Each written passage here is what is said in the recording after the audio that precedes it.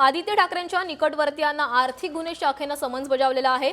5.96 कोटी रुपयांच्या इंजेक्शन घोटाळ्याचा त्यांच्यावर आरोप करण्यात आलेला आहे आणि आता आदित्य ठाकरेंच्या निकटवर्तीयांवर हा आरोप करण्यात आला होता आणि त्यानंतर त्यांना आता समन्स देखील बजावण्यात आलेला आहे। मुंबई गुन्हे शाखेनं हा समन्स बजावल्याचं समोर आलेलं आहे। पुण्य पारीख यांना आर्थिक गुन्हे शाखेनं हा समन्स बजावला आहे। मुंबईतील कोविड घोटाळा प्रकरणातील सर्वात मोठी बातमी आहे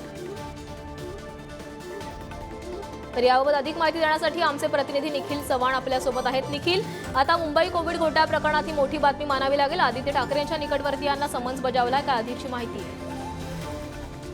नक्कीच प्राची, पाहायचं झालं तर मुंबई कोविड घोटाळा प्रकरणी अनेक जे आरोप आहेत ते लावण्यात आलेले होते।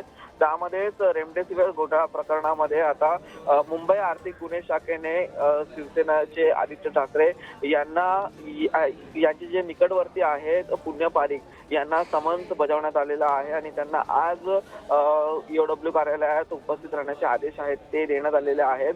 संपूर्ण प्रकरण पाहिलं तर 5.96 कोटी रुपयांचा घोटाळा केल्याचा आरोप या संपूर्णपणे प्रकरणात आहे, ज्यामध्ये इंजेक्शनचे दर वाढवले असून 650 इंजेक्शन 1568 रुपयाला हे विकण्यात आल्याचा आरोप या संपूर्णपणे प्रकरणात करण्यात आलेला आहे। तर त्याच अनुषंगाने ईओडब्ल्यूने ही संपूर्णपणे आता कारवाई करत पुण्य पारीख यांना आज समन्स बजावलेला असून त्यांना आज ईओडब्ल्यू कार्यालयात हजर राहण्यास सांगितलेलं आहे। धन्यवाद निखिल, तुम्ही दिलेल्या माहितीसाठी। तर आता पुण्य पारीख यांना हा समन्स बजावण्यात आलेला आहे, त्यामुळे आज ते चौकशीला हजर राहणार का हे देखील बघावं लागणार आहे।